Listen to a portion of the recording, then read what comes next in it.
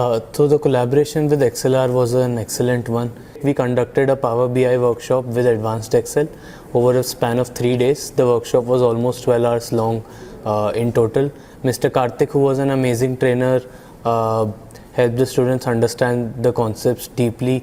I am sure that the students will be able to apply these concepts in their careers as well as their daily lives. The trainer, Mr. Karthik, was an excellent person where he explained in very detailed manner on how to give great insights using very complex data sets.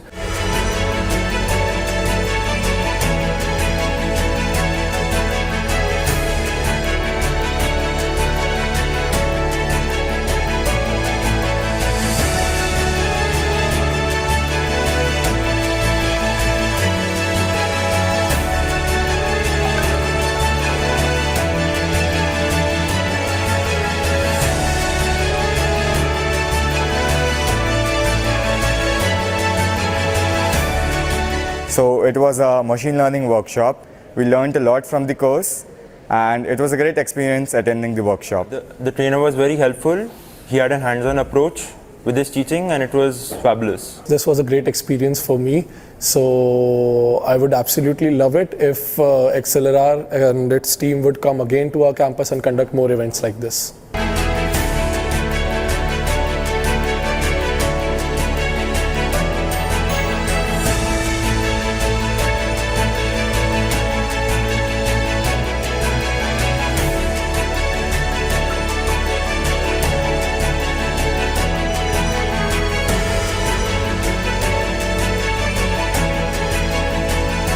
It was a great course and it started from basics and took me to a great extent. The experience of the workshop was really nice. The feedback from all the students was positive. They understood the concept. The workshop was also practical based with some questions. The experience with XLR was very smooth. They helped us in conducting the workshop smoothly right from the booking of the vendor and deciding the course till the distribution of certificates. In overall, this workshop was a success during our Technical Fest Atmos, and I thank XLR for being a part of it.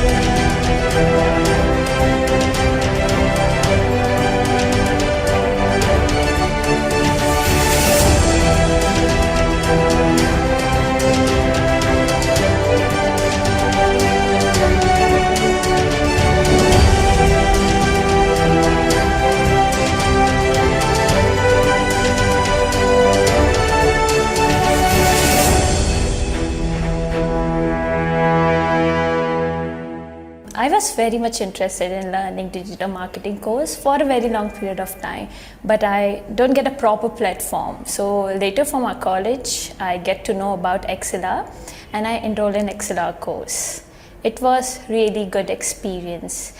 Our course has been taken by Mayur sir, and he was very good teacher. He not only focusing on theory part, he is doing how real digital marketing works, and it was in total very good experience. I get so much of knowledge. Here they not only focusing on study, they are also conducting different exam to test our knowledge, and as we are giving the exam, so to appreciate our work, they give certificates for the toppers, and along with the certificate they give hampers. Thank you, XLR.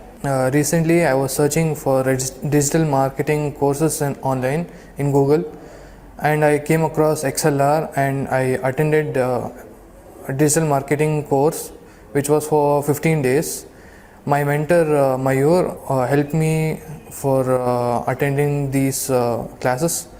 So he is a very informative and helpful guy. In the course end, there is a exam which I topped, so I came to the XLR office in Bengaluru.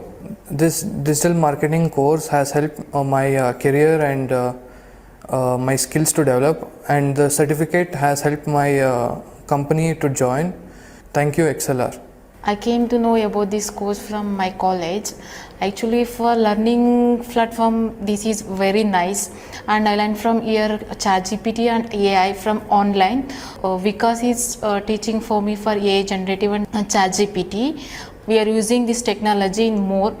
And after finishing the courses, I came from for collecting the certificate.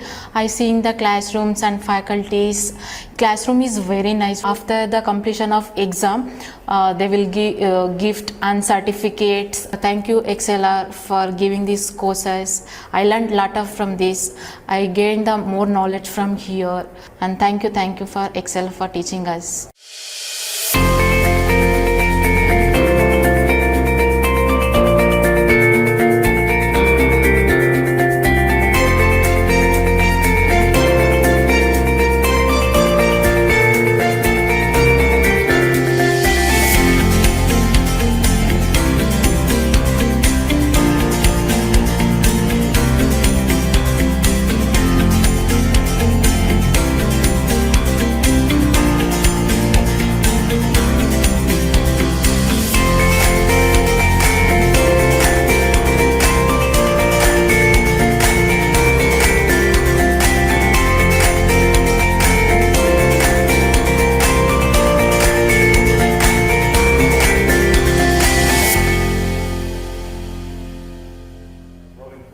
Hello guys, I'm Vikram Mahajan and I'm studying in Swami Vivekananda Institute of Technology College, and I came across a training program which was mobile app development using Flutter, which was given to us by XLR Solutions.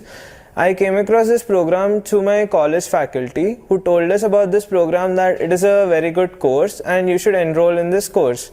So I enrolled in this course, and initially I felt really good about this course because they started everything from a very basic point of view, that even if someone who doesn't know anything about Flutter or anything about mobile app development can also learn the same way the ones who know about it are learning.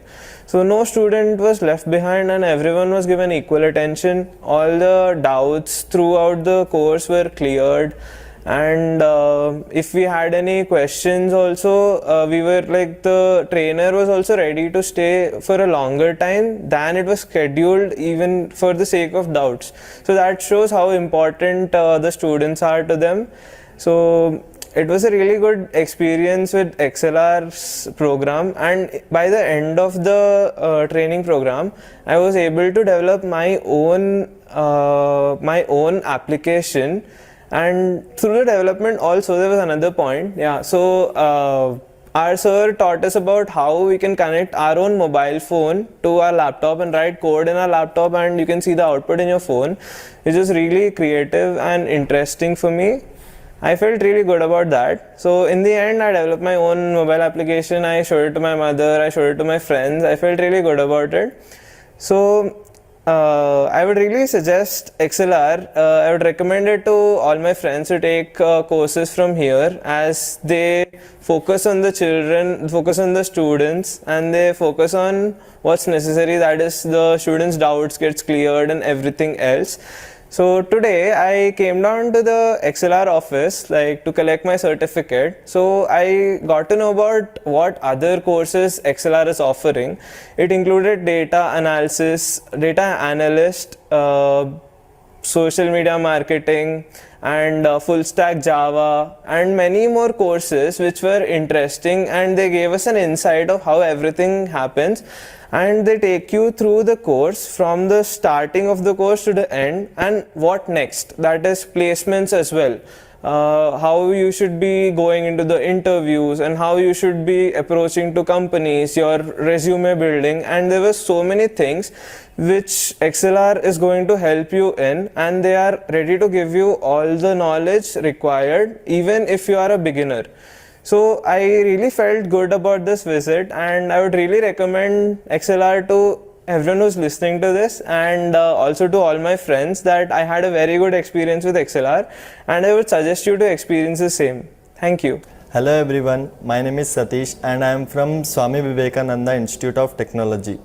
I am here to share my experience about XLR program.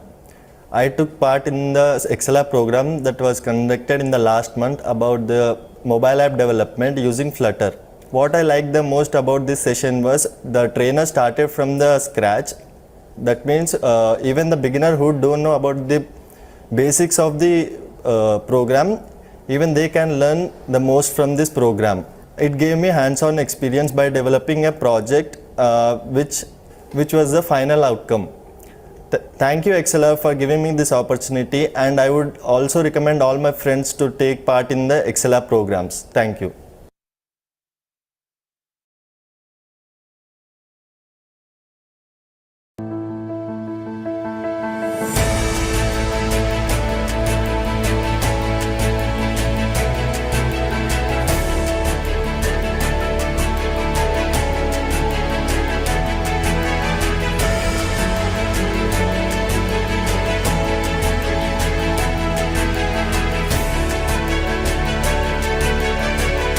Yes, so the collaboration with XLR was an excellent one. We conducted a Power BI workshop with Advanced Excel over a span of 3 days. The workshop was almost 12 hours long in total. Mr. Karthik, who was an amazing trainer, helped the students understand the concepts deeply. I am sure that the students will be able to apply these concepts in their careers as well as their daily lives. The trainer, Mr. Karthik, was an excellent person, where he explained in very detailed manner on how to give great insights using very complex data sets.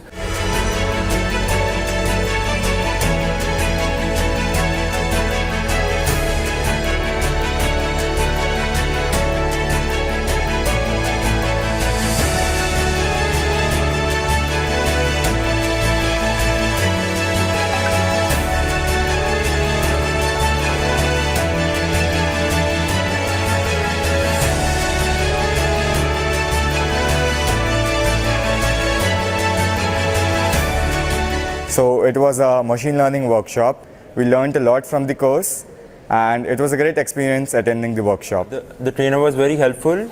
He had a hands-on approach with his teaching, and it was fabulous. This was a great experience for me.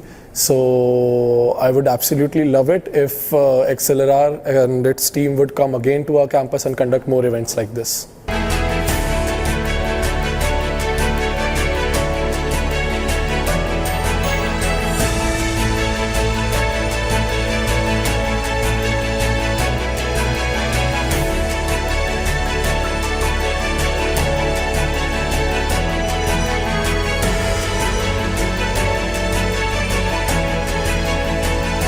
It was a great course, and it started from basics and took me to a great extent.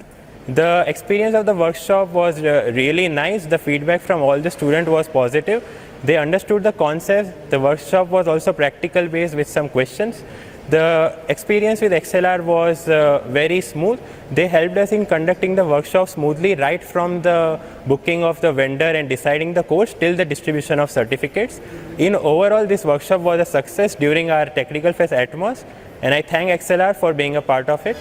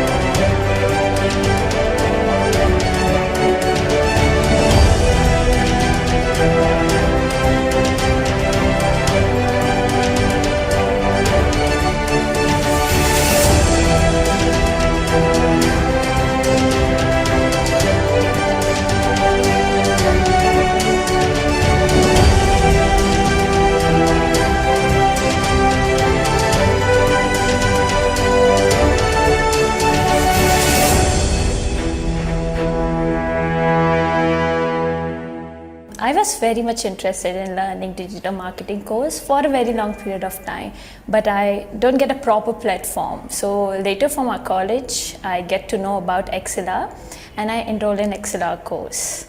It was really good experience. Our course has been taken by Mayur sir, and he was very good teacher. He not only focusing on theory part, he is doing how real digital marketing works.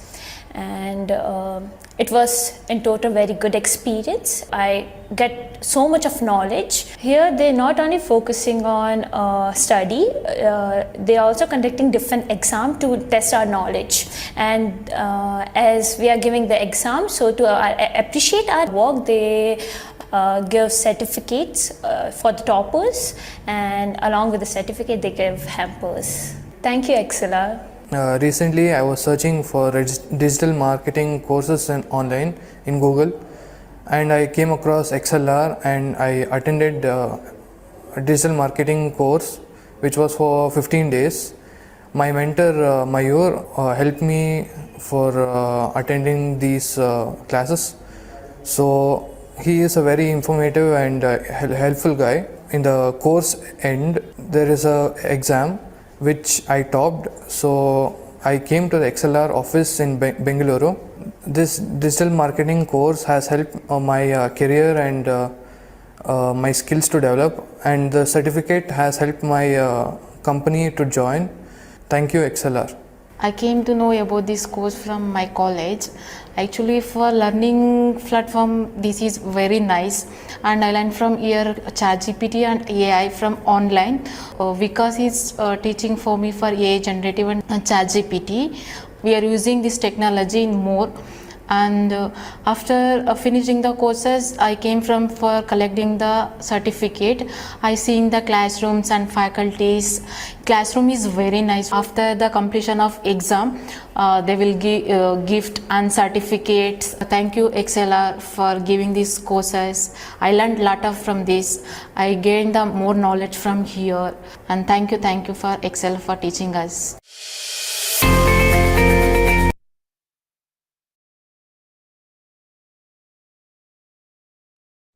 Yeah. Hey guys, good evening to everyone. I hope I'm audible. Can someone confirm? Good evening to everyone. Yeah. Thank you for your responses. So let's start. Let us recap what we have discussed in last class.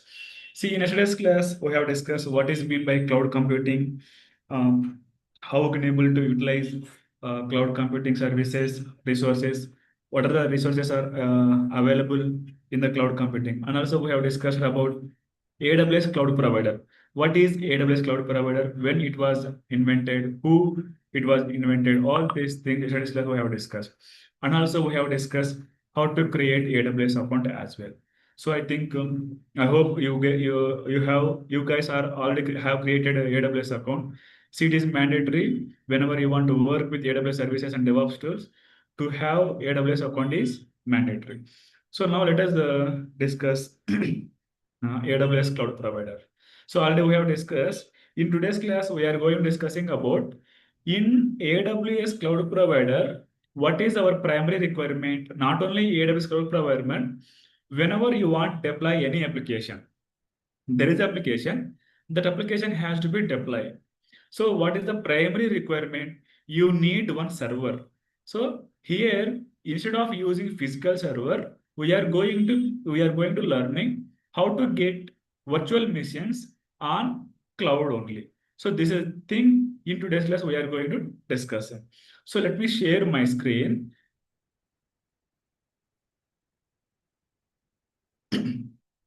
Yeah. So just look at the screen. I have logged in into my AWS account. Okay. So let us discuss. Now the question is, now I want to deploy one static web application. That is my requirement. See, if I want to deploy a static web application, what I need firstly, I need to create one virtual machines. So now let me explain. This is the AWS console home. Whenever you log in into this account, you will get page like this. This is the home page. Now, let me explain who will provide virtual machines for your application in AWS Cloud Provider. What is that? What is the service? So the service is EC2. If you look at the screen, there is a service name EC2. For suppose, if the service is not visible in console management, there is search bar is available. Just search for EC2. You will get EC2 dashboard, EC2 service. So click on the EC2. Now let us understand what is mean by EC2, how EC2 service is going to providing a virtual servers for the application deployment. So if you look at the screen, what stands for EC2? EC2 stands for Elastic Compute Cloud. That means you can create servers, you can manage your servers, you can monitor virtual servers in the cloud. Clearly they are telling Amazon Elastic Compute Amazon Elastic Compute Cloud offers the broadest and deepest compute platform with over 600 instance types. That means AWS is offering around 600 instance types and a choice of the latest processors. That means there is a choice. You can choose the latest processors, storages, networking, operating systems, and purchase models to help you best match the needs of your workload. See what is mean by workload? Our application workload. This is the workload. So now let us discuss what are the benefits. So this is all about EC2. If someone will ask who will provide virtual machines in AWS, you have to say EC2. There is a service called EC2. EC2 stands for Elastic Compute Cloud. It will provide virtual machines for our application workload. This is all about introduction of what is EC2. So now let us discuss what are the benefits and offers are available, features are available in the EC2 instance. See, EC2 offers ultimate scalability and control. See, already we have discussed what is meant by scalability.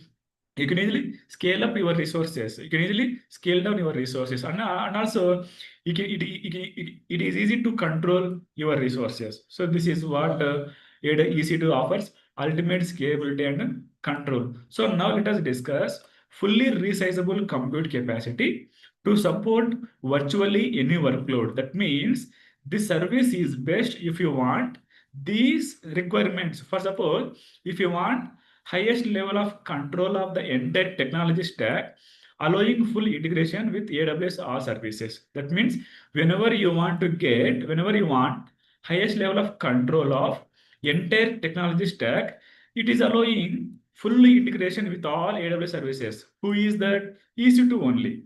Then widest variety of server size options. That means you can able to get a number of different server sizes. So there is an option. You can choose this size, the server size also. Then widest availability of operating system. That means all kind of operating systems are available in EC2 service. So you can choose whatever you want. If you want Linux, if you want Windows, if you want Mac OS, you can choose it. Then global scalability. There is no any restrictions. Globally, you can scale up your resources. So these are the major benefits and features of EC2. That is all about. Then use case.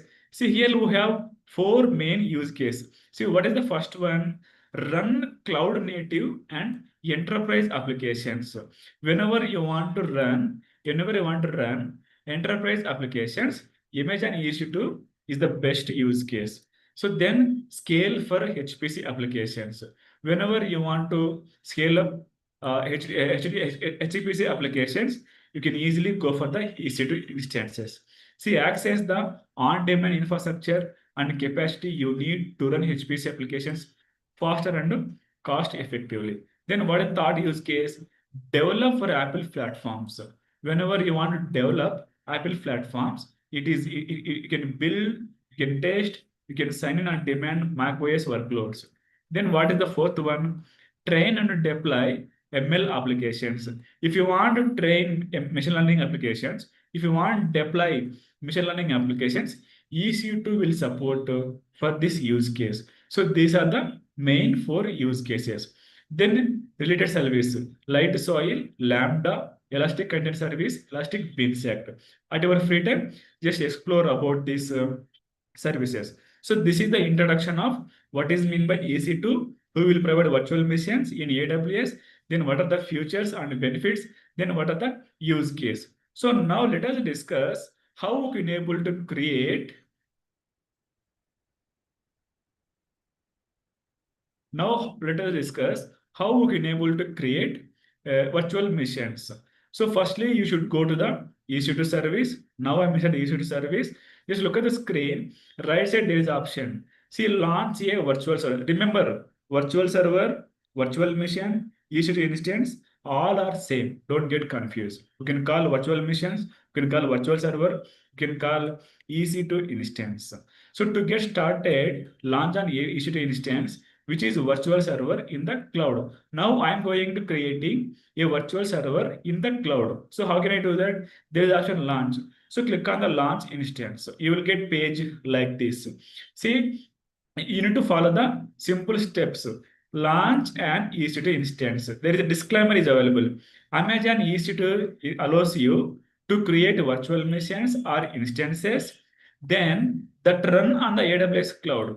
So if you want to quickly get started by following the simple steps below. So you need to follow these steps. Let me explain one by one.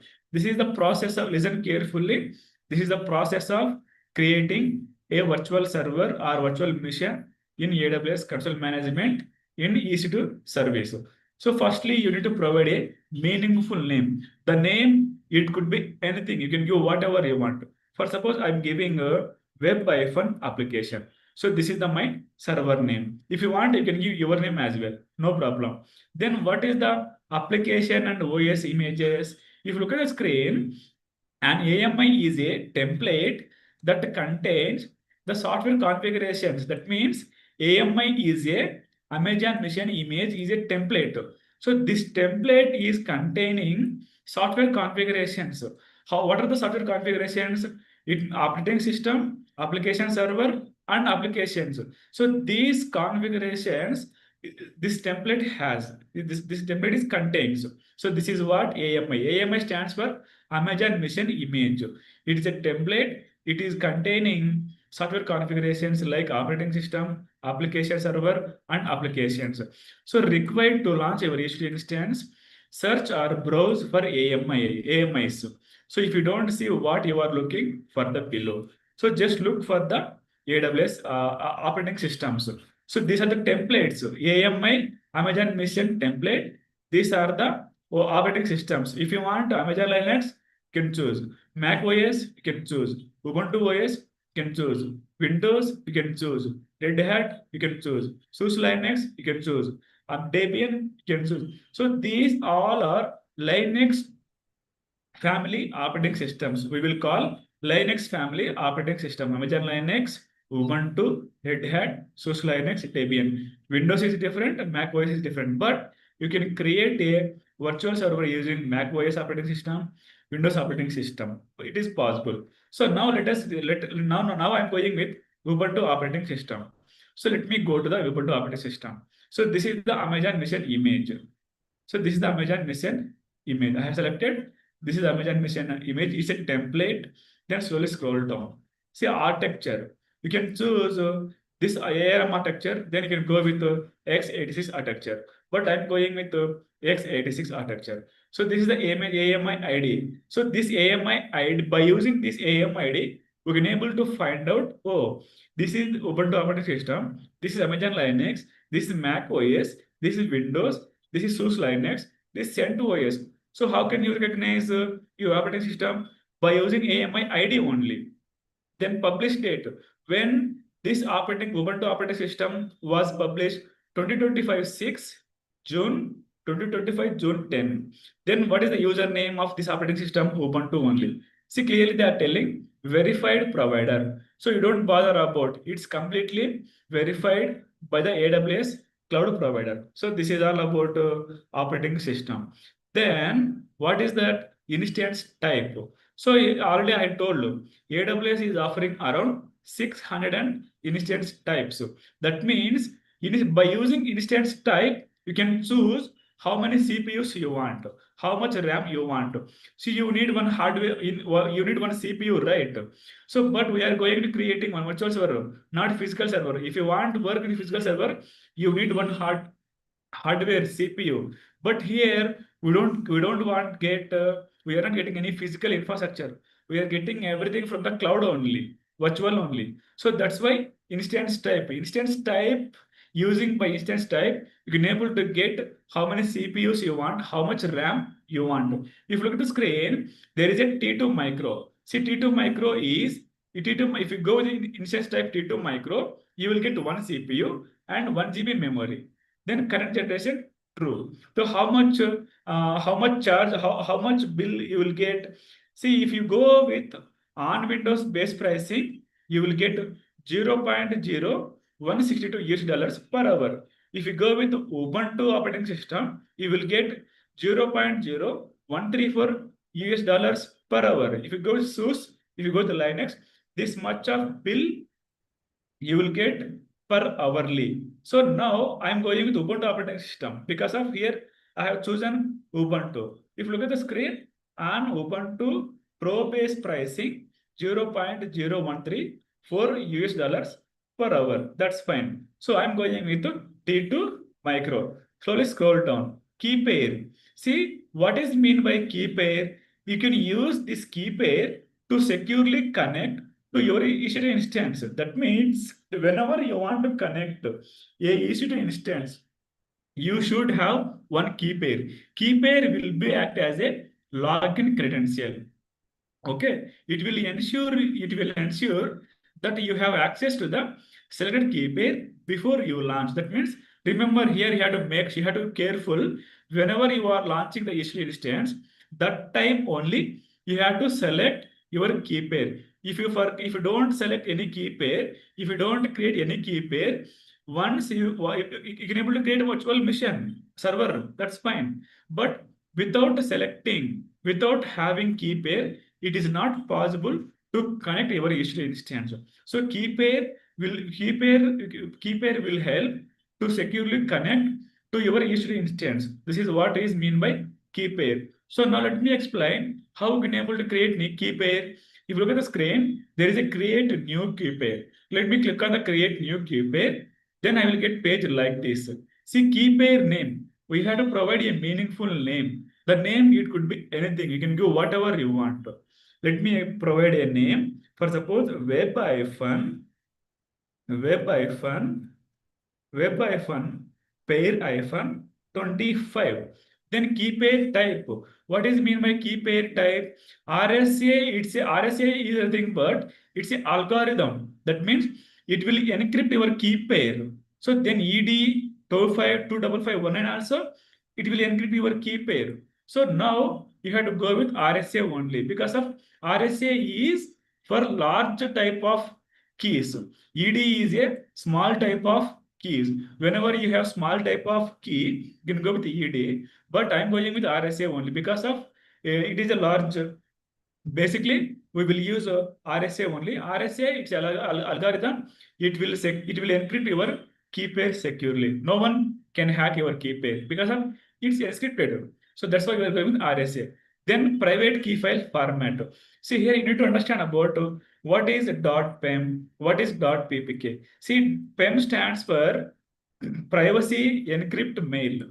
Then PP stands for putty private key. So when we should select .pem, when we should select .ppk, let me explain. Once I created the EC2 instance, I need to connect it.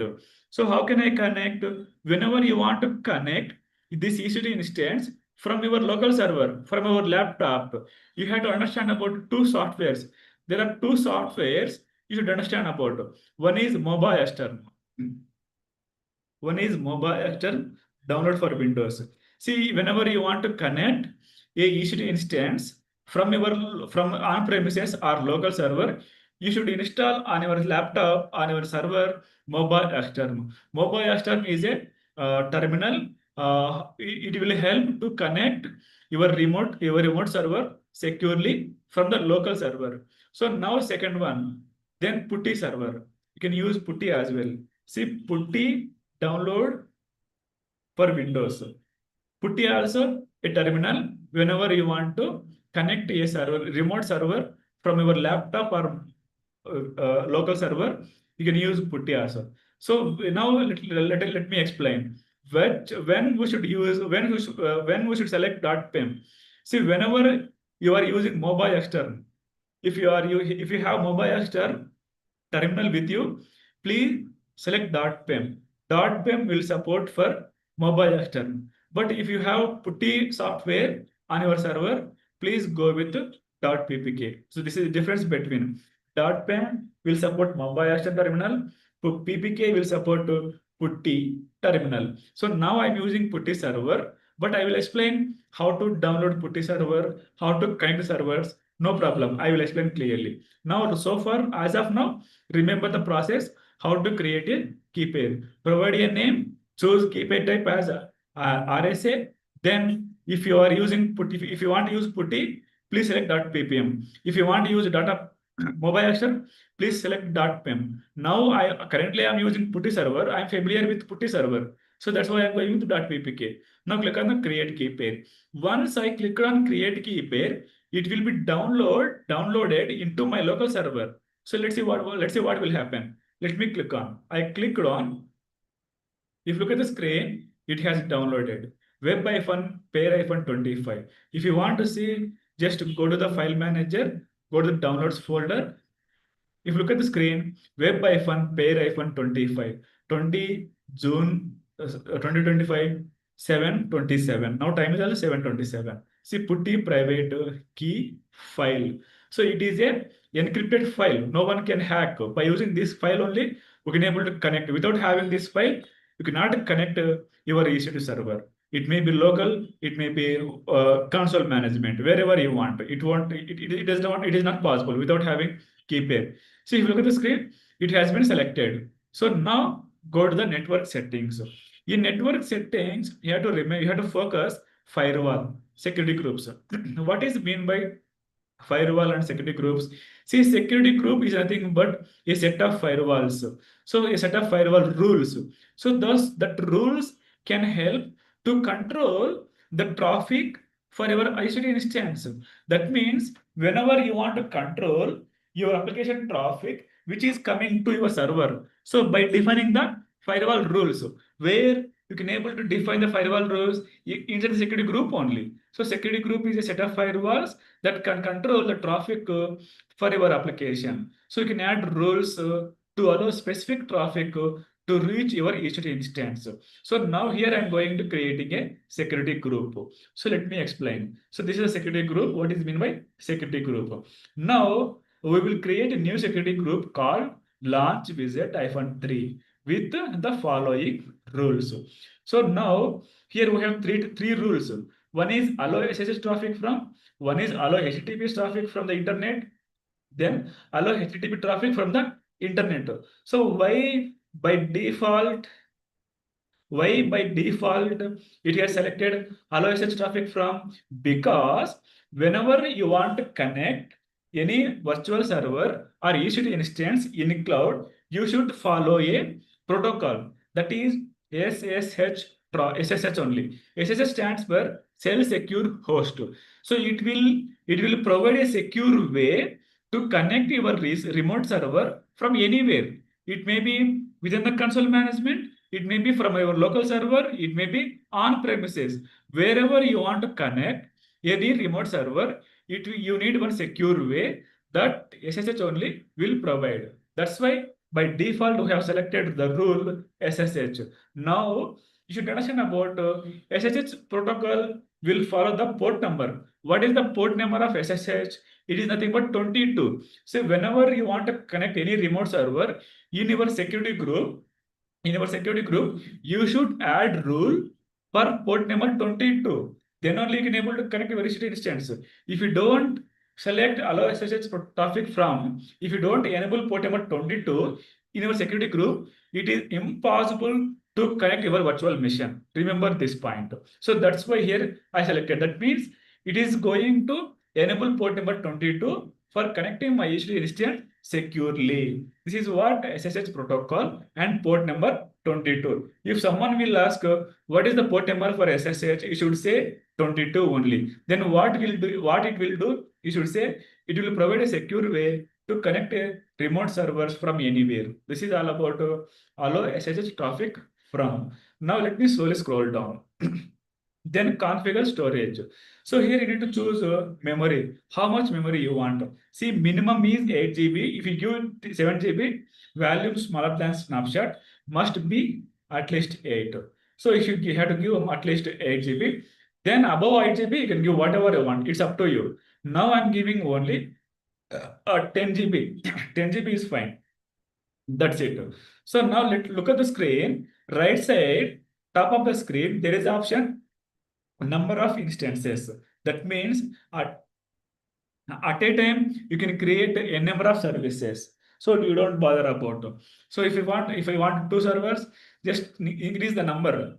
3 servers, 4 servers, 5, 6, 7, 10, 20, 50, 100, 120, 200, whatever you want. How many servers you want, you can able to create. So now I want only one server. So let me decrease up to 1. If you want to change manually, you can change, no problem. So this is how you can able to create a service. So this is the process. Now let me recap from the beginning. First, we have to go to the console management, look for the EC2 instances, click on the launch instance, then provide a meaningful name, then select operating system, which operating system you want to use, then EC2 instance type. EC2 instance type, you can able to choose how many CPUs you have. See, if you look at the screen, T2 Nano, 1 CPU, 0.5 RAM, 5 GB RAM, 1 CPU, T2 Micro, 1 CPU, 1 GB RAM, T2 Small, 1 CPU, 2 GB RAM, T2 Small, T2 Medium, 2 CPUs, 4 GB RAM. So like that, you can able to choose. See, 48 CPUs, 96 GB RAM. Based upon your application workload, you have to choose which instance type you want for your application. So now I'm going with T2 Micro only. T2 Micro is fine for practice purpose only. So that's why I'm going with T2 Micro. Then key pair. Key pair is nothing but it will help to securely connect our EC2 instance, and also it will be act as a login credentials. So then network connection, network settings. So you have to go with the TD security group to control traffic by setting up a firewall rules. Then you have to allow the SSH traffic from. So it will follow the SSH protocol. The port number is 22. Now you have to configure storage, how much memory you want for your application. Then number of instances. How many instances do you need for your application? So you can able to choose. So now for the step, just look at the screen, right side, bottom of the screen, there is the option launch instance. So click on the launch instance. See, now it is going to launching EC2 instances for me. If you look at the screen, successfully initiated launch of EC2 instance. If you want to see your EC2 instance, there is the instances. Click on the instances, look for your EC2 instance. If you look at the screen, my instance name is web-app.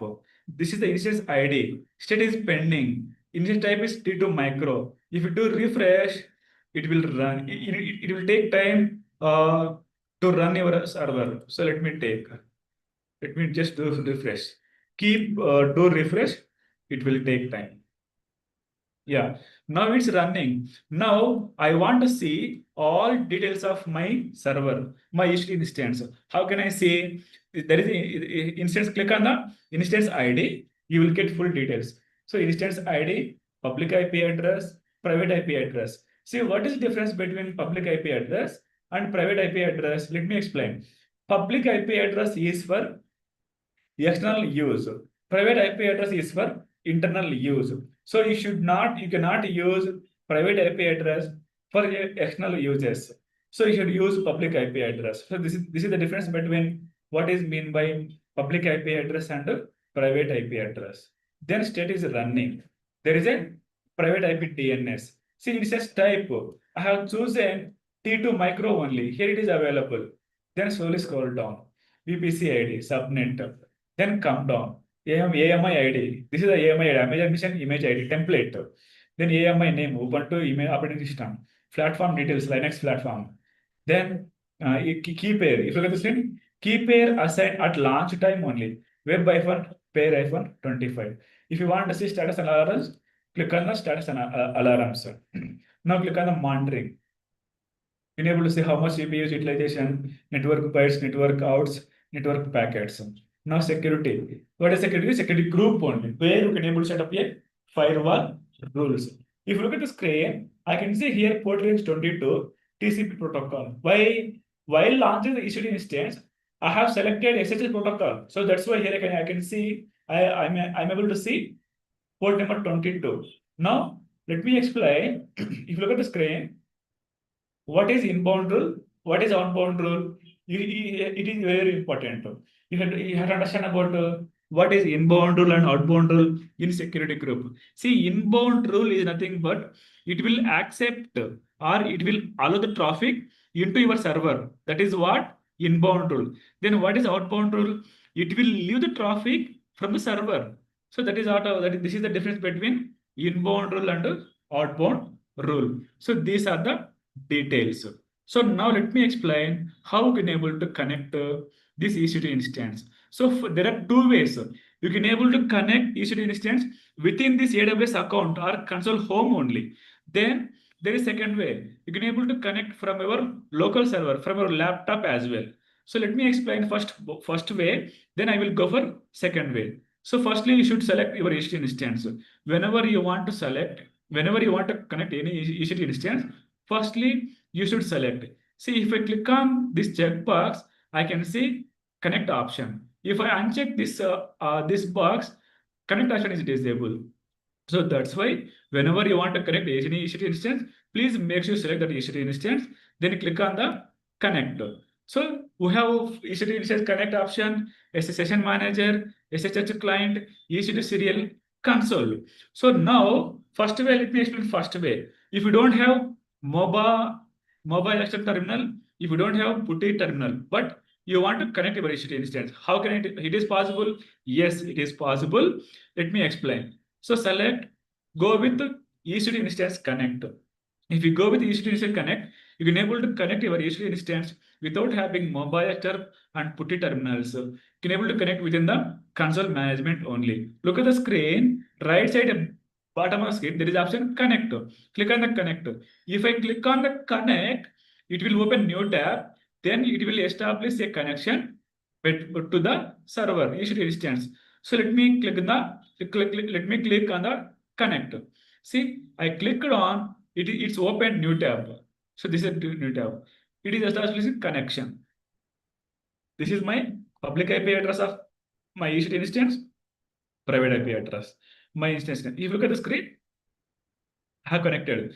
So welcome to Ubuntu 24.0.2 latest.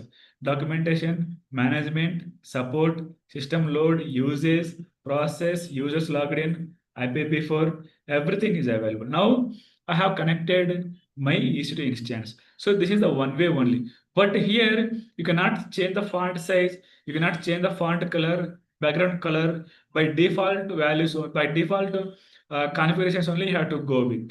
So now let me explain second way. That is very flexible. So now let me explain. Let me close this one. Okay. This is the first way how you can able to connect EC2 instance. Now let me explain. Whenever you want to connect EC2 instance on premises. See, on premises is nothing but local server.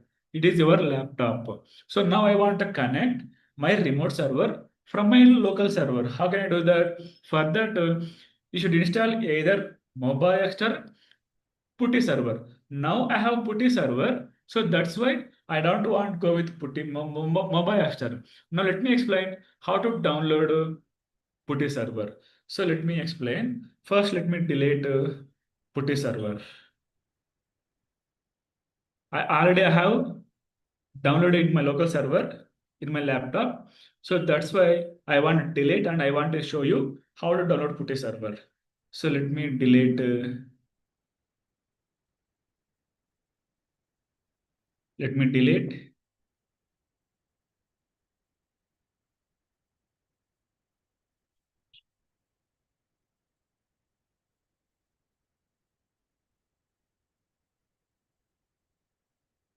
Where is the apps? Yeah, apps here. Installed apps. Look for the PuTTY server.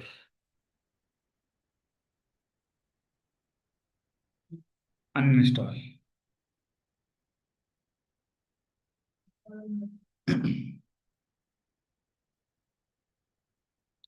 So it will uninstall.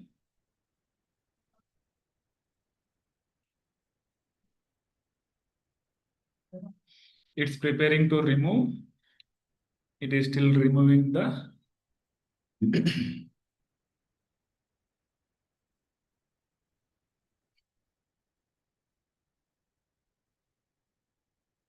Yeah, it's uninstalled. So now let me go to the browser.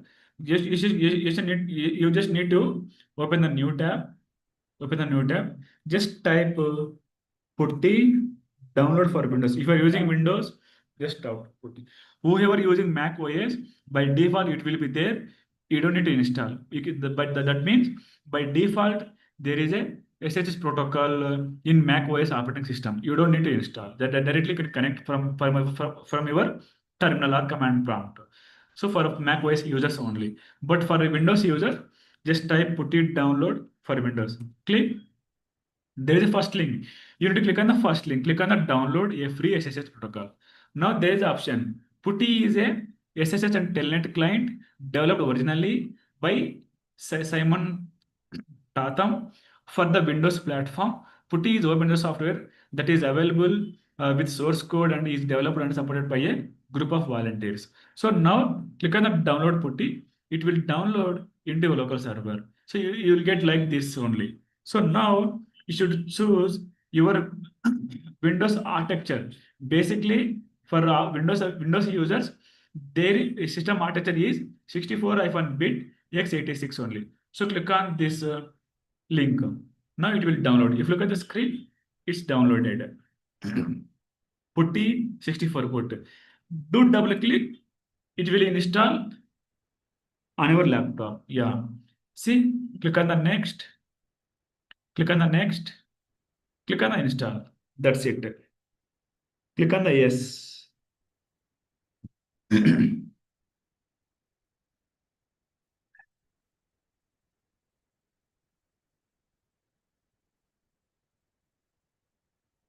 Yeah, click on the finish. See, Putty has been downloaded. So now let me explain how we can able to connect a remote server from on-prem from a local server using a Putty server. So firstly, you should open the if you have to look for the Putty server. So let me look for the Putty server. See, Putty is downloaded. It is installed. It is available. So click on the open. So it will open like this. So just to hold on up to now. Now let me go to the AWS console management. Go to the AWS console management. So firstly, you should select your EC2 instance. So let me select EC2 instance. Click on the connect. Click on the connect. See, first option already we have discussed. If whenever you don't have mobile aster and Putty server, please go with this option. Then click on the connect. It will open new tab. It will connect your server. Then if you are using Putty or mobile aster, there is option SSH client. So click on the SSH client. So now, now I have opened Putty server here. If you look at the screen, it is asking host name or IP address.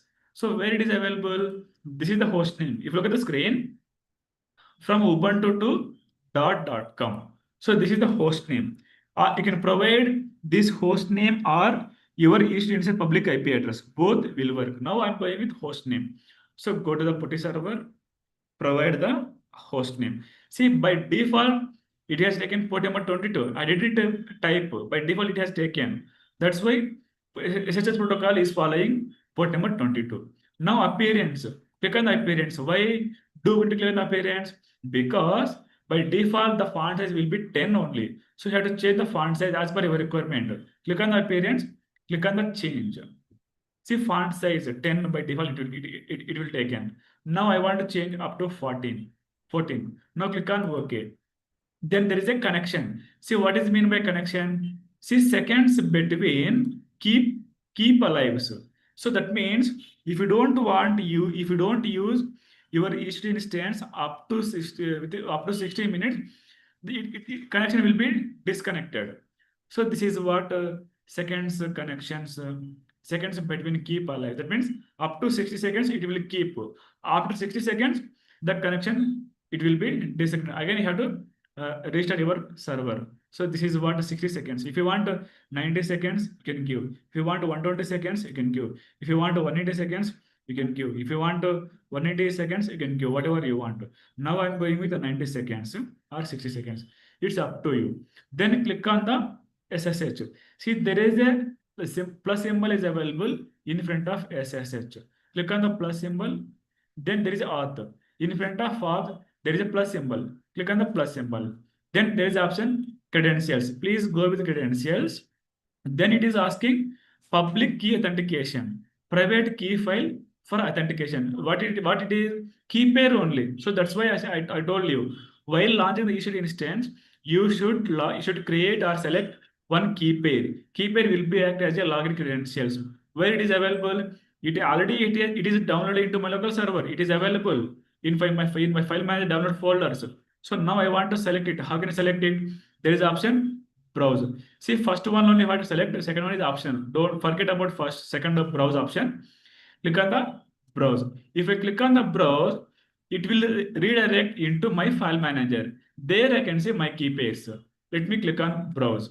See, it's redirected into my file manager.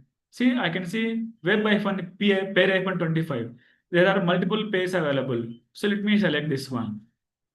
Then click on the open. Then again click on the open. So click on the accept. Click on the accept. So now it's connected. Now I have connected my remote server from my laptop, not within the console management. So this is how PuTTY and SSL protocol is going to help to connect a remote server from anywhere. So this is all about what is meant by EC2 instance, how to create EC2 instance, what is meant by PuTTY key pair, what is meant by security group, what is meant by mobile action, what is meant by PuTTY server, all these things. How can able to connect EC2 instance within the console management, how can able to connect from the local server as well. So this is all about EC2 dashboard or EC2 service. So now try to understand. Now you can see just bottom of the from bottom. Just everyone read the third line from bottom. Read this line. What it is? To run a command as administrator, user root, then use sudo. What this mean? What is this administrator user root? That means whenever you want to run a command as a administrator. What is mean by administrator? Administrator has some extra powers, powerful actions of extra powers. So this is all about run a command as a administrator. Whenever you want to run any command as a administrator, clearly it is telling you should become as a root user. So how can you become as a root user? You can use sudo and then command. So let me explain. Now I am as a Ubuntu user. If you look at the screen, Ubuntu at IP, then private IP address of my EC2 instance. So now I want to run all commands as a administrator. So for that I need to become as a root user. So how can you become as a root user? Remember, whenever you have launched or connected any EC2 instance, the first thing what you have to do, don't forget to become as a root user. So firstly, you need to become as a root user. The command is sudo space su. Now hit the enter. If you look at the screen, now I become as a root from the Ubuntu user. So this is how you can able to become as a root user. So now let me explain. Whenever you have connected any EC2 instance, first step you need to become as a root user. Then second step, you have to update your operating system. So how can you update your operating system? I will explain. See, if you want to understand about how you can able to update operating system, Ubuntu operating system, you should understand about package manager. What is the package manager of Ubuntu operating system? It's apt. What stands for apt?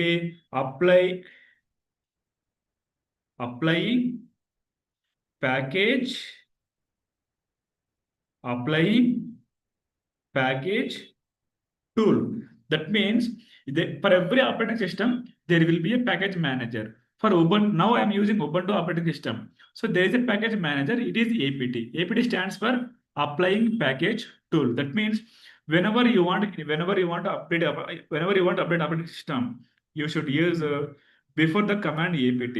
Whenever you want to install something, you should use before the command apt. Without having apt, you cannot do anything in operating system. apt is only operating system. apt is only package manager for Ubuntu operating system. So now let me explain how you can able to update my operating system. So what is the package manager? apt, just type apt, give space, just type update, then -y. What stands for -y? Yes, that means you are going to accepting to updating this operating system. What is the command? apt update -y. So these two steps you have to do once you have connected each instance.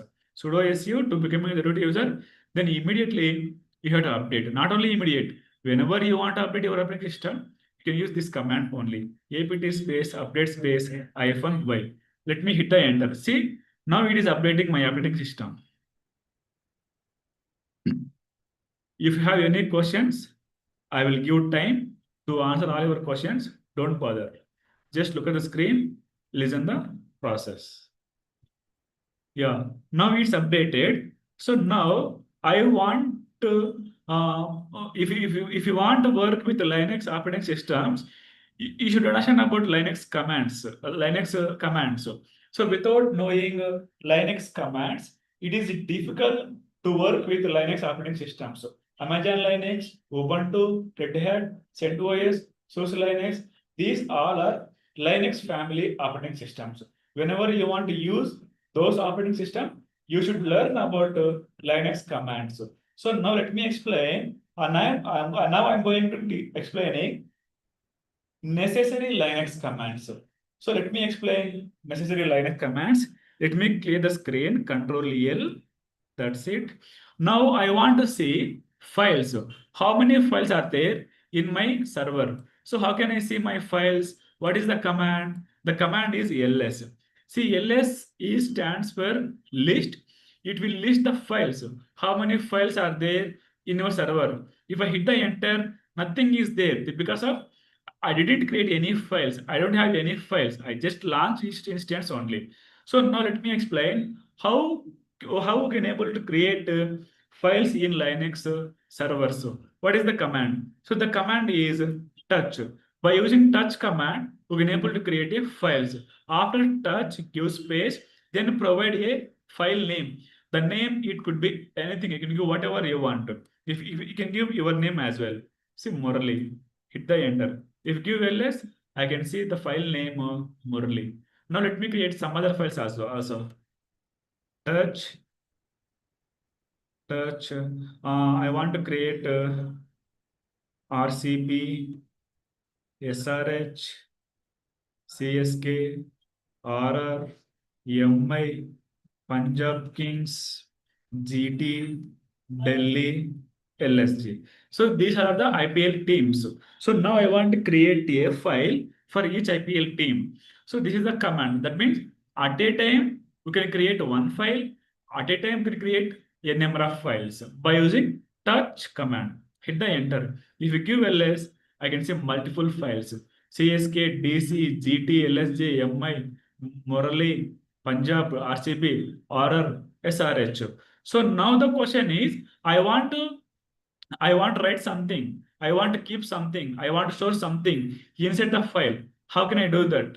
Let me explain. Whenever you want to open any file in Linux operating systems, in Linux servers, we have two commands. First, let me explain one command. So VI. VI is nothing but it's a editor mode. That means it will do two things. It will create a file. And it will open the file as well. It will open the file as well. File as well. So now let me already have file. So I don't want to create another one, but I want to open existing file. So how can I open the existing file? Come to the server. So just type vi, then mention file name. Which file you want to open? For suppose I want to open RCB file. Now hit the enter. See, it's opened. The file has been opened. Now you have to remember the file is open, not that, but you cannot write something. You cannot write anything. Whenever you open any file in vi editor mode, if you want to write something, you need to become as a insert mode. you need to become as a insert mode. You need to become as a insert mode. So how can you become as a insert mode? It is for only the file, if the file is open in VI editor mode, that kind of files only you should become as insert mode. So whenever you want to become as insert mode, press on your keyboard, press on your keyboard letter I, letter I, letter I. So let me become as the insert mode. Come to the server. See, look at the screen. Left side, bottom of the screen, I can see file name, RCB. If I press I can see hyphen space, insert space hyphen. Let me press hyphen I on my keyboard. If you look at the screen, hyphen space, insert space hyphen. So now I can write something. For suppose, let me get some information about RCB because of its RCB file. So let me get RCB about RCB team. Yeah, Royal Challengers Bengaluru. Yeah, so this is the information of Royal Challengers Bengaluru. So now I want to keep this information inside the RCB file. So let me copy, come to the server. Just give, remember, Control V, Control C will not work. Control C, Control V are Windows commands. But when it comes to Linux operating systems, Control C, Control V will not work. See, now here I copied. But usually what we will do? We will do Control, if you want to paste this on window, on Word document, what we will do usually Control V. But Control V will not work. Just give right click, that's it. If you give right click, by automatically the content it will be pasted. Whatever you have copied, it will be pasted. Just let me give right click. That's it. See here, I have stored some information about Royal Challengers Bengaluru team. Now the question is, I want to save this data. I want to save this data. I want to save and close this file. So how can I do that? Whenever you want to save the data and close the file, for VI editor mode files only this is. So on your keyboard, press escape, then colon WQ. So if you have to firstly you have to press escape, then colon, then WQ. See, then what if you press escape, what escape will do? It will remove insert mode. Okay. So now I can see left side, bottom of screen, option I can see hyphen space insert. If I press escape, insert mode will be removed. Let me check. If you look at the screen, just now I press escape on my keyboard, insert mode has been removed. Then what next? Press colon. Let me press colon. That's it. Then what it stands for W and Q? W is nothing but it will save. W stands for W will do. It will save. Then Q stands for it will quick. That means quit from the file only. So that is all about WQ. So let me type WQ. Look at the screen, left side bottom of the screen, colon WQ. Hit the enter. See, the file has been, the content has been saved and file has been closed. Now, my question is, how I want to know that content is saved or not inside the RCB file without opening it. I want to see without opening the file. How can I see that file? Cat command. See, cat command will help to visible to see the content to any file without opening it. Now I want to see RCB file. Let me do it. If you look at the screen, I didn't open the file, but I can see the content about Royal Challengers Bengaluru team. This is the cat command. So these are the line commands. We will discuss some more commands after the break. Now take a time for 15 minutes break. Now time is 8. Just take a break for 15 minutes. Session will be continued by 8:15. Everyone go for break.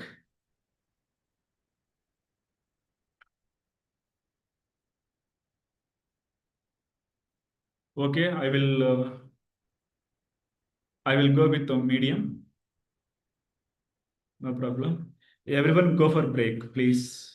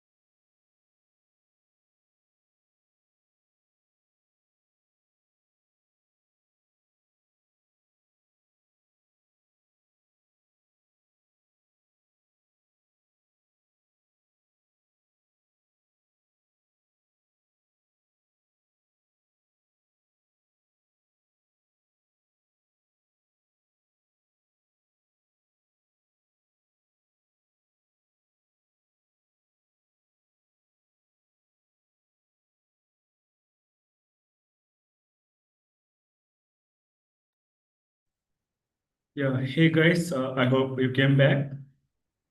Can someone confirm?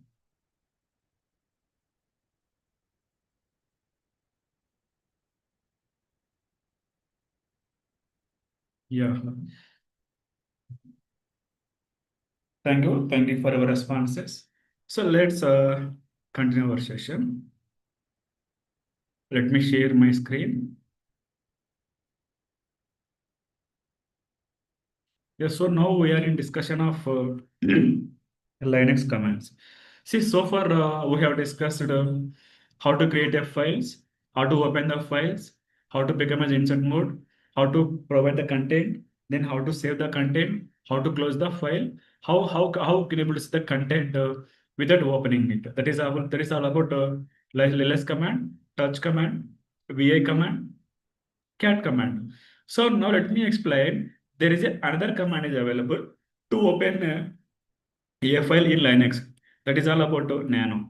So nano is a editor. By using nano command only, you can able to open the F file. So it will open it will open a file. It will open file and directly you can write whatever you want. Directly you can write whatever you want. You don't need to become as a insert mode whenever you open the file in nano mode. You don't need to become as a insert mode. Insert mode. So now let me open a file in nano mode. So just let me do the cat command, ls command. I can see around some files. So let me open nano file. Let me open nano file.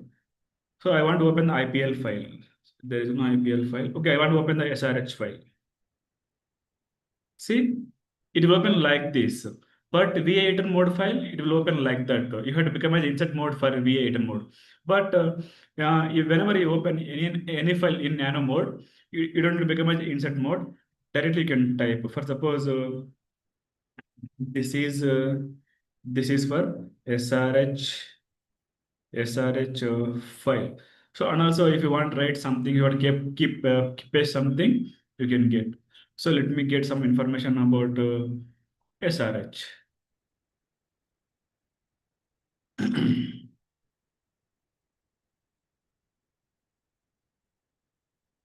So let me keep some information. So I want to get, I want to store this information. Come to copy, just come to the server, just give right click. That's it.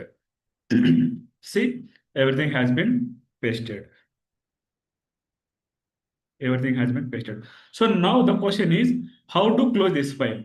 But for VI editor mode files, you can use escape colon WQ, but escape colon WQ will not work for nano files. Then how to close? So whenever you want to close a file which is open in nano mode, you just on your keyboard, just type, press Control X, then plus Control X plus then Control Y, then plus, then hit the enter. So you have to press Control X, then Control Y, then enter whenever you want to close this nanotype file. Nanotype file. So let me do that one also. First, let me press Control Y, Control X. See, it is asking save modified file buffer question mark. It is asking yes or no. Yes, Control Y. Then hit the enter. Now it's saved and opened. Now how can I check whether that information is saved or not? Do cat command for SRH file. See, content is available. SRH Hyderabad, also known as SRH, are a professional T20 cricket team based in Hyderabad, Telangana, that compete in the Premier League, Indian Premier League. So this is how this is what nano and VI editor mode. So now here I explain VI editor mode. It will do two things. It will create a file. It will open the file. So for suppose I want to paste some code. I want to store some code. So how can I do that? Let me open. Now I don't want to create a file by using touch command.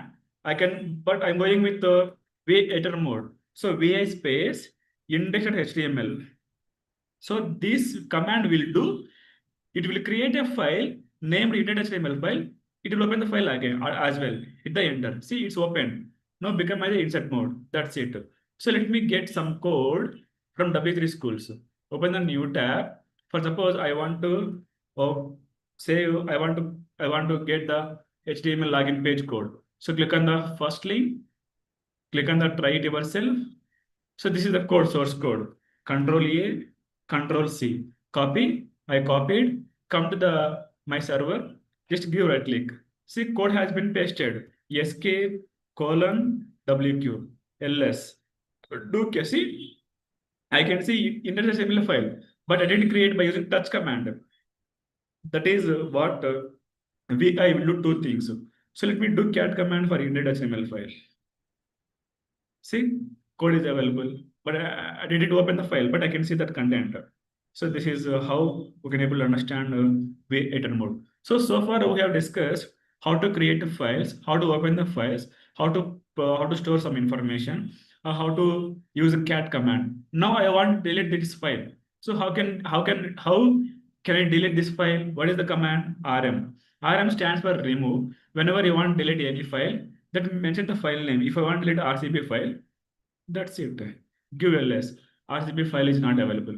See, it is available here, but here it is not available. There is no file named with the RCP. So let me delete another file also. RR. Give ls. There is no file named with RR. Let me delete MI. No file is there. Let me delete LSG. It's not there. For suppose if I want to delete multiple, we can able to delete multiples at a time. CSK, DC, GT. The enter. See, all got deleted. Only index.html file, Murli, Punjab, SRH file is only there. So this is all about files. Now I want to create directories or folders. See, directory or folder, both are same in Linux. Don't get confused. So now I want to create some directories. How can I create some directories? Let me explain. So mkdir command. By using this mkdir command, we can able to create a directory. So for suppose I want to create a IPL directory. Hit the enter. QLS. See, directories will be visible in blue color. Files will be visible in white color. So like that, you're able to recognize, oh, this is directory, this is file. But you cannot open directories. But you can, because of it's not a file. But we can only open files, but you cannot open directories. Then how to see the directory? You have to go to the directory. You have to go to inside the directory. That means how to enter, how to go to inside the directory. What is the command? The command is cd. Cd stands for change directory. That means whenever you want to go to into any directory, you can use this command. cd, then mention directory name. Hit the enter. If you look at the screen, before executing this command, I can see /home /Ubuntu. But after executing this command, I can see /IPL. That means now I'm inside the IPL directory. But inside the directory, I can create some files. So let me create some files. Touch command for suppose web demo app. Hit the enter. If give ls, app file is available, demo file is available, web file is also available. And one more thing, inside the directory, we can able to create again directory, one more directory. It is possible. So let me create mkdir India. Hit the enter. If you give ls, I have created a directory. But I can enter into the directory India. Let me enter. Yeah, if you look at the screen, now I'm inside the IPL directory, then India directory. So if you give ls, nothing is there. But inside the India directory, I can create some files. For suppose AP, UP, Karnataka, TN, Kerala, Maharashtra, Madhya Pradesh, Rajasthan, Gujarat. Hit the enter. If you give ls, 1 second.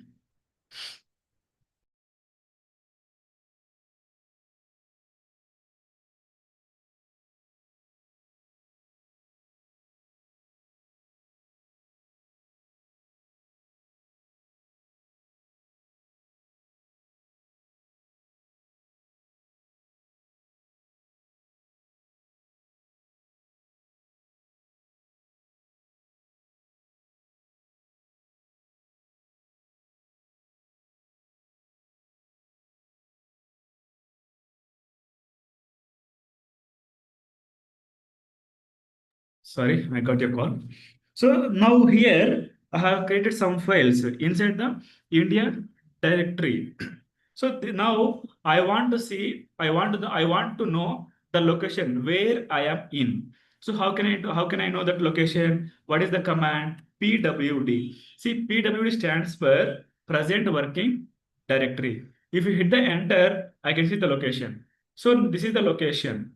So now I'm inside this location. So this is all about PWD. So now I want to delete, now I want to come back from the India directory. How can I do that? CD space dot dot. Whenever you want to come back, whenever you want to come back, CD from any directory or any folder, you can use the command CD space dot dot. Hit the enter. If you look at the screen, now I'm in IPL directory because of just now only I came back from India directory. If you give ls, I can see directory name India. Now, so far we have discussed how to delete files and how to create directories. Then what about how to delete directories or folder? What is the command? For suppose, let me explain. The command is rmdir. That means remove directory. Then mention the directory name. Let me hit the enter. It throws error. I will explain about that error. Let's see what will happen. If you look at the screen, fail to remove India. Why? Directory not empty. That means whenever you want to delete any directory, firstly you should empty the directory. Then only it is possible to delete it. So first let me empty the directory. Again I have to go to the India directory, give ls. So let me delete all files. Now I want to delete all files at a time. So how can I do how can I delete rm space -rf then asterisk symbol or star symbol? See, this command is very dangerous command. Be careful whenever you are executing this command. If for suppose if there is any important information, important file, the entire will be deleted. This command will delete entire of all files, including directories, folders, files, whatever it may be. This is the power of that command. So now this is the files only. That's why I'm going to executing rm space -rf then asterisk symbol. If you give ls, everything got deleted. So now let me come back from the India directory. Give ls. So now I can delete the directory because of I have deleted all files into the India directory. So let me delete it. Hit the enter. Now it got deleted. Give ls. Only files are there. No directory is named India. So now let me come back from the IPL directory. So give ls. See, I came out of IPL directory. Now I want to delete the directory without empty.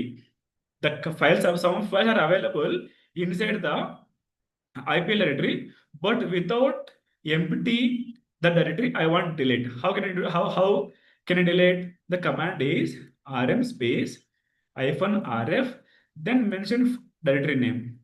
Hit the enter. See, it got deleted without empty the directory. So this is all about mkdir, rm command, rmdir, then rm-rf, then rm-rf asterisk symbol. For suppose I want to change file name. How can I do that? What is the command? mv. mv command will do two things. It will change the file name. It will move a file or folder. It will move a file one place to another place. So now I want to change file name for SRH. So SRH is a old file name. So you type mv, then space, then mention your old file name, then give space, then provide a new file name. Which file you want, which name you want to give to this SRH file name? I want to give only Hyderabad. Hit the enter. If you give ls, file name has been changed as Hyderabad. There is no file named with SRH, but content will be there. Content will be there. Content, there is no problem content. So this is how we can able to use a mv command. For suppose, let me create one directory. Let me create one directory. For suppose web. Let me create one directory. Yeah. So now I want to copy this index.html file into where web directory. I want to copy. So how can I do that? Copy cp command you have to use. Cp stands for copy. So this command will help to copy a file one place to another place. So first you should mention which file you want to copy. Index.html file. Then where you want to copy. Web. That's it. Give ls. File is available, but I want to check whether this file is copied or not into web directory. Let me go to the web directory. Give ls. See, there is a file named index.html. So this is what how we can able to copy the file. So let me explain. Yeah. So this is all about Linux commands. So now let me explain how we can able to deploy a static web application on each instance. See, so far we have discussed Linux commands which are necessary. Now let me explain how we can able to deploy a static web application. Remember, it is very, very important. Please look at the screen. So whenever you want to whenever you want to deploy any application on top of each instance, you need one platform. See, having operating system, having virtual machine, it is not enough to deploy any application. You need one platform on top of operating system. So you need one platform. You need one platform to host. You need one platform to host a static web application. What is that? We have three platforms. One is Apache to web server, Apache to web server, then Nginx web server, then HTTPD web server, then HTTPD web server. So these are the default open source web server. So by using these web servers, we can easily host or we can easily deploy any type of static web applications. So Apache to web server. So now let me explain how whenever you want, firstly, you should install Apache to web server. You should install Apache to web server on your operating system. So how can you install? Now I'm using apt. Now I'm using Ubuntu operating system. So what is the command? What is the package manager of Ubuntu operating system? Apt. So apt install, then Apache 2, then space -y. So this is the command. So now I want to choose. I want to deploy my static web application on where Apache to web server only. So let me do that one also. Apache to web server install on your operating system. The command is apt install Apache 2. So let me go to the server. So what is the command? Apt install. Before that, let me delete all these files. rm space -rf. Yes, entire files are all are got deleted. So let me install apt install Apache to -y. Remember, this is command to install Apache to web server where on Ubuntu operating system only. Now hit the enter. See, it is going to installing. Because of now I want to host a static web application on my instance or on my cloud. It is installing. Yeah, that's it. So now I want to check whether it is installed or not. Okay, if install, how to check the status? I want to check status of Apache server. That means it is running or not. How can I do that? The command is service Apache to status. So by using this command, you can able to know what is the status of your Apache web server. It is installed or not. It is failed or not. It is running or not. It is active or not. So all these things you can able to know. Let me check. Service Apache to status. If you look at the screen, active and running. So now I have successfully installed Apache web server. So now my question is, I want to deploy my application on top of Apache web server. See, if you want to deploy Apache on top of Apache web server, what you need? You need application source code, right? Application source code. So let me get the application source code. So before that, you should understand about Apache to web server root directory. Apache to web server root directory. Root directory. See, what is mean by Apache to web server root directory? Whenever you want to deploy any application on top of Apache web server, you should place your application source code into that root directory. What is the root directory? It is nothing but /var www /html. So you need to provide, you need to place your application source code inside this location only. Then only Apache web server will deploy your application. Otherwise, it won't deploy your application. So let me explain how to go to this location. So let me explain. Come to the server.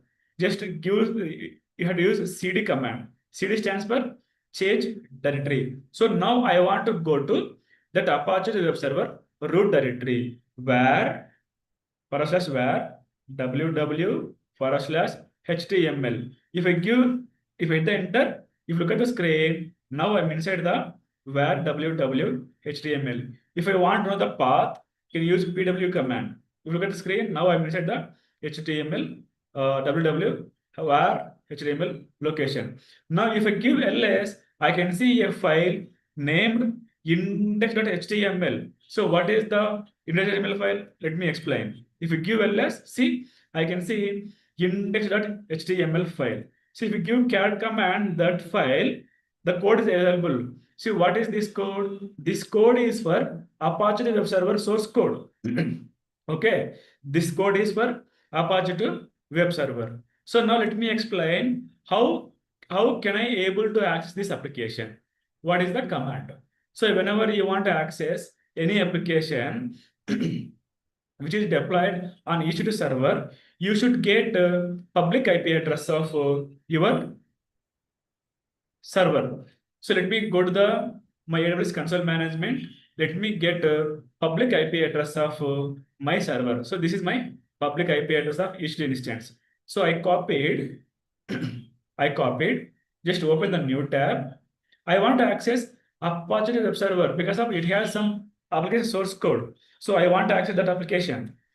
Best provide the IP address, then mention 80. See, why do I need to mention 80? Because Apache to web server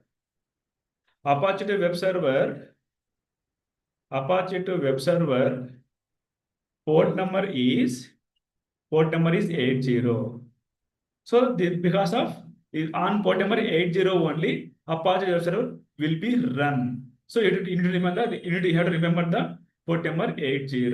So let me go to the browser. I have pasted the public IP address, then 80, hit the enter. See, let's see what will happen. It won't access the application. I will tell the reason why it is not accessing the application. Just look for the error. What error it will give? See, the site cannot be reached. Why? Because I didn't enable port number 80 inside the security group. Then only I can able to access the application. So let me go to the instance. Let me go to the instance, EC2 instance. Just slowly scroll down. Look for the security. See, there is security. Now, I need to enable port number. Why? I have to allow the traffic from where?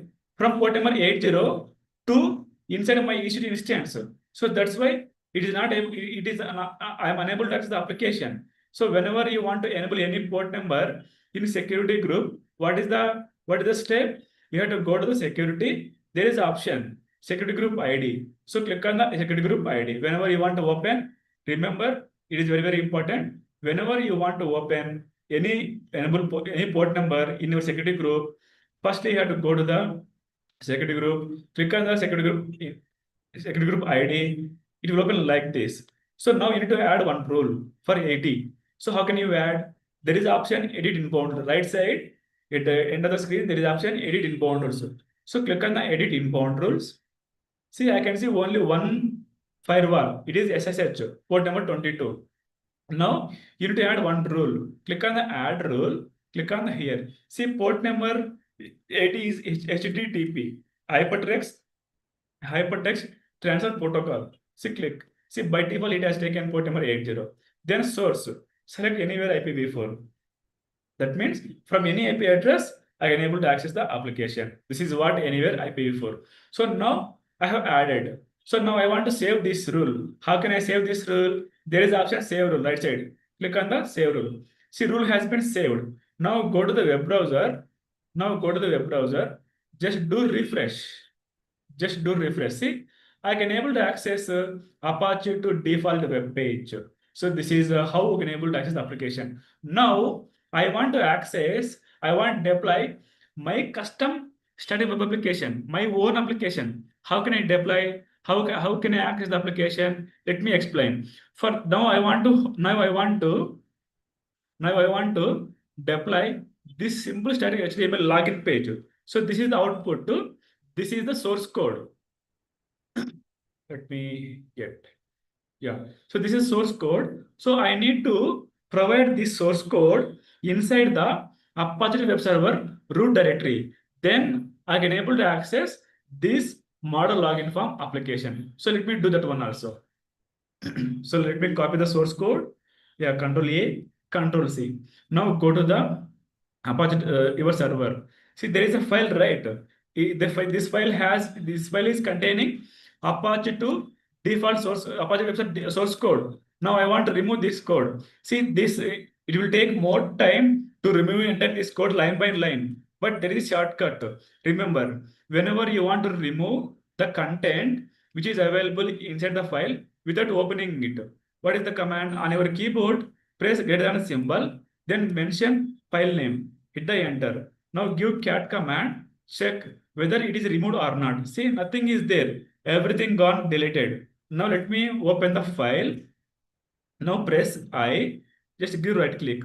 So this is my HTML login page application source code. So let me close colon escape colon WQ. See, now I have pasted, I have provided, I have replaced my HTML login page. See, code is available. So now let me go to the web browser.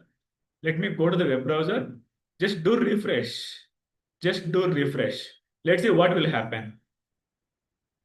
I can see model login form. So this is how we can able to deploy or host any static web application. So now let's try with another form. Why only with the login form? Let's try with another form. Go to the W3 schools. See, there is a form. So different login forms are available. So let me go with social login form. Click on the social login form. This is the output. So scroll down. Click on try it yourself. So this is the output. This is the source code. So Control A, Control C. I copied. So go to the server. What I need to do? Firstly, I should remove HTML login my source code. So how can I remove? On your keyboard, press greater than symbol, then mention file name, hit the enter. So now do cat command, whether it is removed or not. Nothing is there. Everything got deleted. So now open the file, hit the enter, press I on your keyboard, give right click. That's it. Escape colon WQ. Do cat command again. See, code has been saved and closed. So now go to your web browser. Just do refresh. page will be changed. See, response to social login form. So this is how this is how we can able to deploy any static web application on EC2 instance. So you can use either Apache web server, either Nginx web server, either HTTP web server. For all three web server, root directory is same root directory, port number also same 80, then where www.html. Remember, make sure you have to enable port number inside your security group. Otherwise, you cannot access your application. That's the thing you have to remember. So now let us try with our custom file. Why not why we are going with HTML login pages only? Let us take ChatGPT help. Let us take ChatGPT help. Let's ask ChatGPT to give a source code. So let me explain. So I want to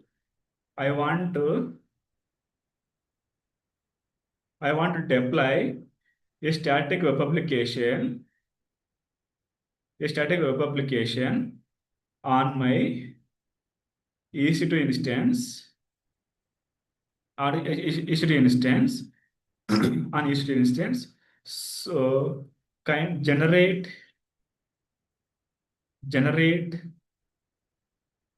source code for retail application using HTML, CSS, and JavaScript. So this is the prompt. That means I'm going to generating a source code using ChatGPT only. So it will give a source code of retail application. So let me hit the enter. Let's see what will happen. See, here is a complete static web application source code using HTML, CSS, JavaScript, suitable for deploying each instance such as where www.html for using Apache. So retail application structure. So firstly, you should create a folder like this. Inside this folder, you have to create these three files. Okay, so let me do that one also. Come to the server. Let me delete this index.html file, not required. Let me delete index.html file. Okay, that's it. So let me delete, let me create a directory. What is the directory? Retail application. So let me copy the file, folder name and directory name. Come to the server, just paste it, hit the enter. If you give ls, retail application is created. For directory is created. So you should open that directory. Give ls, nothing is there. Inside this directory, we have to create these files. So first let me create index.html file. Come to here, vi, paste the file, enter, press I. So let me get the code for index.html file. So this is source code. So copy the source code, come to the server, give right click, escape, :wq. That's it. See, file has been created and code also has been saved. Let me do cat command. Yeah, it's saved. Now what next? We should create a file named with style.css. So come to the server, just vi, file name, the enter, press I on our keyboard. Now go to, let me get the code. What is where it is? Yeah, style.css. Copy the code, come to the server, give right click, escape, :wq. Give ls. See, style.css file has been created. Do cat command for that. Yes, code is available. Now what next?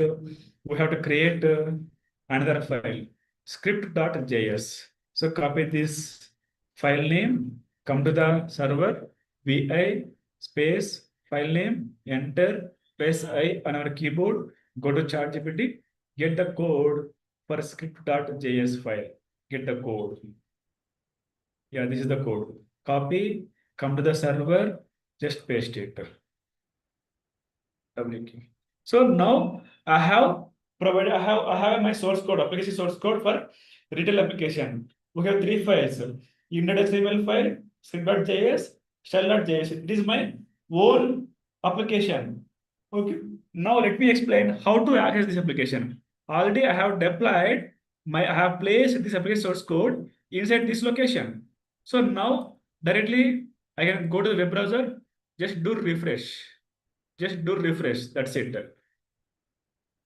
Okay, if you look at the screen, uh, yeah, files are not files are not available. That means folders are not images are not available. So that's why it is going. It is showing like this. See my iPhone retail shop. So this is how we can able to deploy yesterday web application. So it's because I don't have any images, so that's why it is giving like this. So this is all about what is mean by yesterday instance. What are the how we can able to how we can able to create files, Linux commands we have discussed, and what is the how can able to deploy HTTP web application, what is mean by Apache web server, what is the root directory, how can able to host any HTTP web application. We have discussed around 3 applications. So this is all about for today. Now, if you have any questions, please you can ask. I will allow the chat box for all of you. Already it's enabled.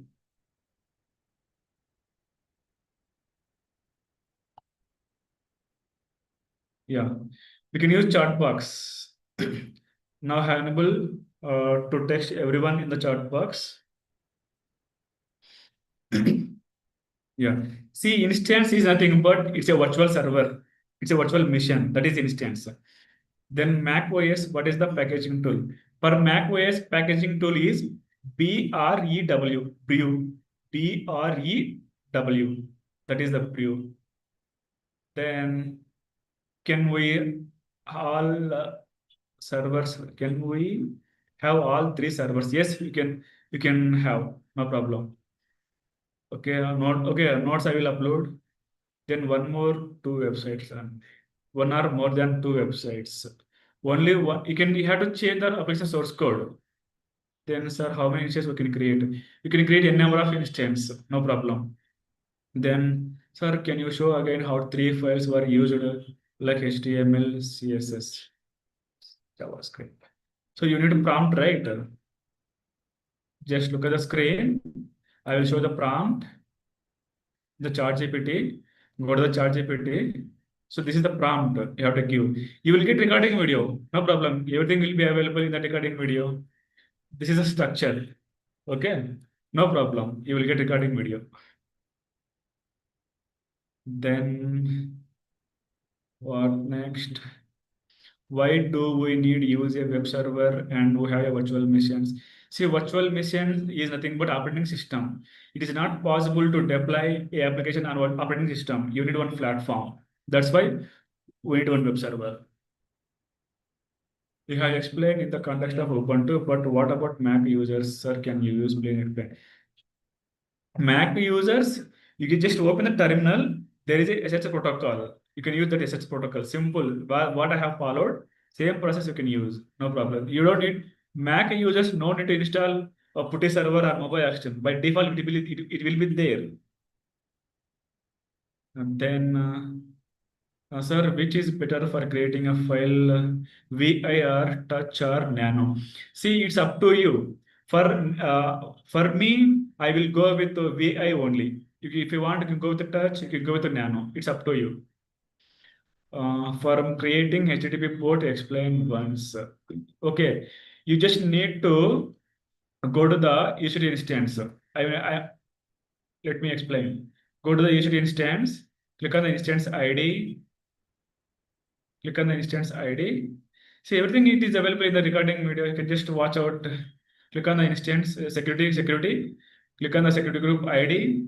Click on the edit inbound rules. Click on the add rule. Okay. So look for HTTP port number HTTP. So let me delete the port number. Add rule. Look for HTTP. Type HTTP. Select anywhere IPv4. Save the rule. So this is how we can able to enable the port number 80. Then, sir, can we install Ubuntu for Mac OS? See, Mac is the operating system. Why do you want to install Ubuntu? Sir, can you brief how does Apache to connect to the SSH instance? See, you should install Apache to web server on your SSH instance by using the command apt install Apache to -y. Then go for this location. Clearly, I mentioned here. Look at the screen where it is. See, install Apache to on our operating system by using this command. Then go for this location. Then you have to provide your application source code. Just simple. There is no any difficulty. Index.html file can be any. Yes, it can be any folder. Only T3. Yes, T3 micro is fine. You can go with T3 micro, no problem. How to develop dynamic web application? We will discuss in this class. You look good. I saw when you are open video. Sir, attendance link. Okay. Apache web server. Where would we create local or cloud? Cloud only. Apache Nginx server is used in Linux or Ubuntu. See, Ubuntu is a Linux family. Okay, Ubuntu is operating system comes under Linux family. Does all these commands used in Ubuntu work in the map? Yes, wherever it will work. No problem. Closing the putty window closes the server instances. You just need to go to the putty server. There is option right at top cross symbol. Then click on it. It will close the putty server. Nothing is there. Simple. Then stop the server. Okay, yes, I will explain how to stop the issue instance. Let me explain. It is very, very important. So first look at the screen. I'm going to closing the putty server. Then go for the AWS console management. Go to your issue instance. Remember, once your work is completed, make sure stop your issue instance or terminate your issue instance. Otherwise, you will get bill. So firstly, you need to select your issue instance. Then there is option instance state. Top of the screen, there is option instance state. Click. There is option stop, reboot, terminate. If you want to reuse this instance tomorrow, please stop it. If you don't want to reuse tomorrow, then terminate it. So I don't want to reuse it. I want terminate. Terminate is deleting. Click on the terminate. Then click on the terminate. See, it will terminate. If you want to stop, you can stop it. No problem. Once your work is done, please make sure you have to terminate or stop your issue instance. Otherwise, you will get bill. So do I need to that putty server as a I am using Linux. You have to install putty. So starting you converted to port, that time you use sudo su command in the command.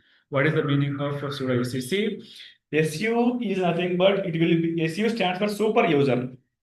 You want to become as a root user, you can use sudo su. Su stands for super user. How to change availability zone in each instance? That's a different concept. I will explain later. Sir, can we use a pipe operator to combine two commands? Yes, we can. Sir, can you please share the commands? I will share the commands. Don't bother. Can you create one more index file like in the yes? Already I have created. So we have to change the file. We have to change the file. Why do you need to change the PEM file? If you go to PEM, if you go to putty, you have to delete the server, or else you have to convert this PEM file as PPK. Sir, what is the major difference between VI and Nano? Both are same because of closing files are closing files. Commands are different. That's it. Sir, can you explain how DevOps is related to this topic? See, whenever if you want to work with DevOps, you need to understand about virtual machines. So without creating virtual machines, how can you use DevOps tools? So that's why we need to this topic. Sir, it is deleted all data. Third, it is easy delete all data users. Yes, you have to delete it. I didn't understand HTTP port 80 connect with my the web page. How did it connect? You can get the recording video, no problem. Right. Sir, after terminating, can we get backup? No, you cannot get any backup. Sir, there are recording available. Yes, recording videos are available. No problem. Yeah, I have answered all questions to all your questions. Still, if you have any questions, please use the chat box. I will help you. Can you put custom domain instead of number legs? Yes, you can put, no problem. If you have IP address, you can put. Sir, presently cloud is free. If so, what range? See, cloud, what AWS is offering 1 year free trial account. You can use it. Why should be ready and why should be ready until what point for next session? Sir, how to get AWS certification? So we just visit AWS official website. There you can get guidance. So there is yes, you have to use shell scripting in DevOps. Lectures, okay, I will provide. I think I have created one GitHub repository for this batch. Let me check.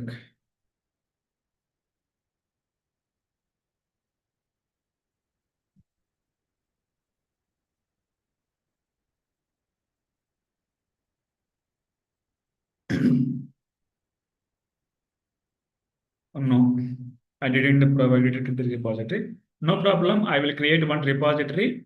I will upload all commands and documents in that repository. No problem. Tomorrow you will get a repository for all the documents and commands. Okay.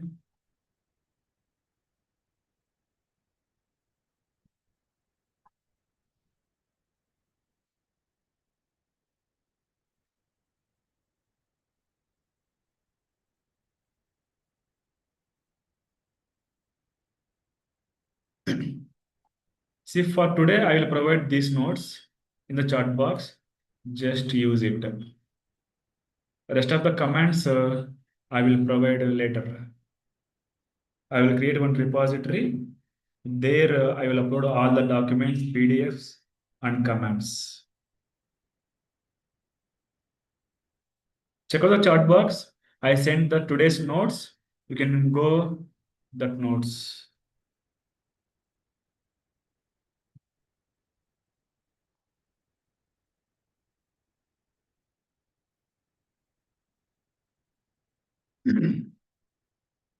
Check out the chat box. Nginx deployment, you can show me once. Tomorrow I will explain. Tomorrow I will explain, no problem. See, not tomorrow. I think what is it? Today is Friday, right? Next class will be on Monday. So Monday I will explain. No problem. Yes, yes, I know it.